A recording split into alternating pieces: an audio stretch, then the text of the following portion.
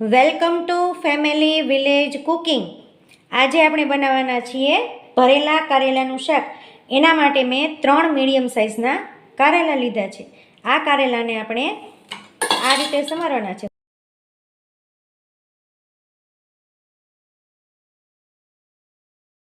આગળ પાછળનો ડીટીયાનો ભાગ કાપી નાખવાનો. આ રીતે ઉપરથી આપણે એની જે છાલ છે એનો ભાગ વધારે કડવો હોય એટલે આ રીતે આપણે છાલ છે એ કાઢી નાખવાની છે પિલરની મદદથી.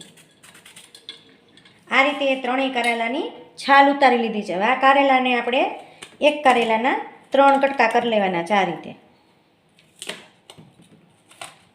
આ રીતે કારેલાના મીડિયમ સાઇઝના ટુકડા કરી લેવાના છે. હવે આ કારેલાને આપણે સરસ રીતે ધોઈ નાખીએ. એક કુકરની અંદર 2 ગ્લાસ જેટલું પાણી લીધું છે અને એની અંદર આપણે આ જે કારેલાના કટકા કરીને ધોયા છે આપણે આની અંદર નાખી દઈશું. એની અંદર 1 ચમચી ભરી અને મીઠું નાખીશું અને કુકરનું ઢાંકણ બંધ કરી અને આપણે એને 3 વિસલ કરી અને એને બાફી લેવાના છે. એની અંદર ભરવા માટેનો મસાલો તૈયાર કરી લઈએ.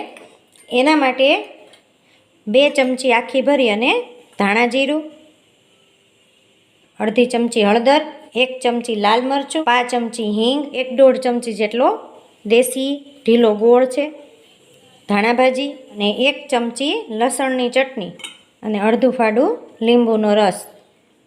આ બધો મસાલો આપણે સરસ રીતે મિક્સ કરી દઈએ. આપણો મસાલો સરસ રીતે ભળી ગયો છે. હવે એની અંદર આપણે અડધી ચમચી જેટલું મીઠું નાખીશું. મીઠું છે એ મેં લાસ્ટમાં નાખ્યું છે એટલે એકદમ ઓગળી ન જાય, પાણી ન થાય, મસાલો છે એ ચીકણો ન થાય એટલે મીઠું છેલ્લે નાખ્યું છે. કારેલામાં ભરવા માટેનો આપણો મસાલો છે હવે તૈયાર છે.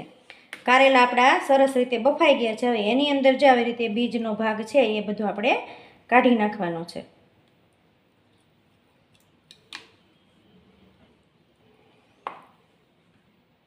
આ રીતે બીજનો ભાગ બધો આપણે કાઢી નાખવાનો છે.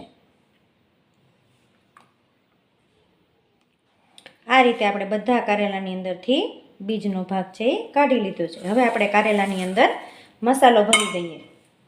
તો આ મસાલો છે એ બધો આપણે આ કારેલાની અંદર આ રીતે ભરી દેવાનો છે.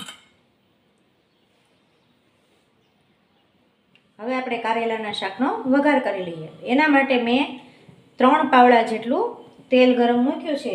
હવે આપણે સીધો વઘાર નથી કરવાનો. પહેલાં કારેલા છે જે ભર્યા છે આપણે એ કારેલાને આપણે આ તેલ છે થોડું ગરમ થાય એટલે એની અંદર તળી લેવાના છે.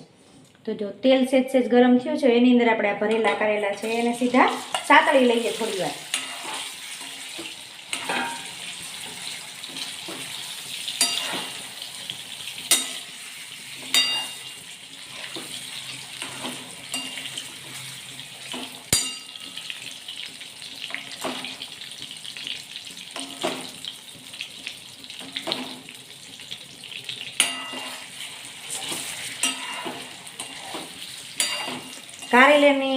કારેલાને આ રીતે સાતળવાથી કારેલાની અંદર જે મસાલો ભર્યો છે ને એ બહાર નહીં નીકળે અને સતળાશે એટલે કારેલાની ફરતી બાજુ કોટિંગ થઈ જશે એટલે તેલની અંદર કારેલાનો મસાલો છે એ મેશ નહીં થાય.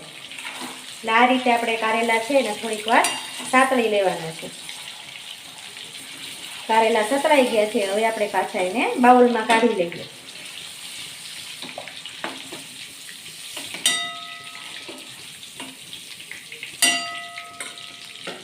તેલ ગરમ જ છે એની અંદર આપણે થોડી રાઈ નાખીએ, આખું જીરું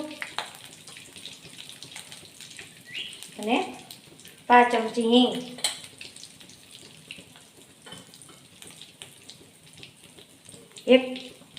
1 ટમેટું ઝીણું કાપ્યું છે.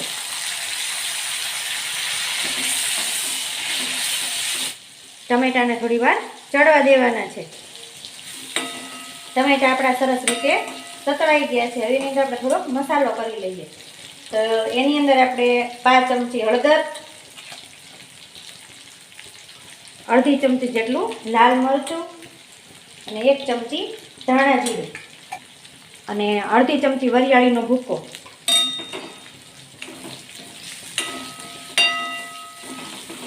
મસાલો નાખીને બરાબર હલાવી લઈએ અને ત્યારબાદ એની અંદર આપણા જે સાતળેલા કારેલા છે એની અંદર નાખી દઈએ.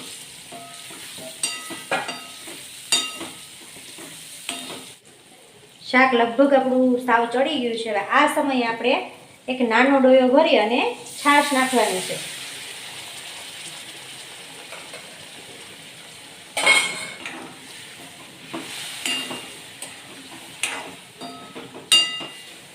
અને આપણે કારેલાનો જે મસાલો તૈયાર કર્યો એની અંદર આપણે ચણાનો લોટ કોરો કે શેકેલો એક પણ રીતે ચણાના લોટનો આપણે ઉપયોગ કર્યો નથી.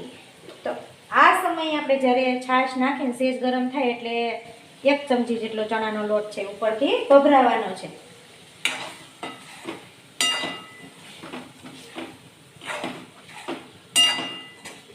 શાક આપણું સરસ રીતે તૈયાર થઈ ગયું છે.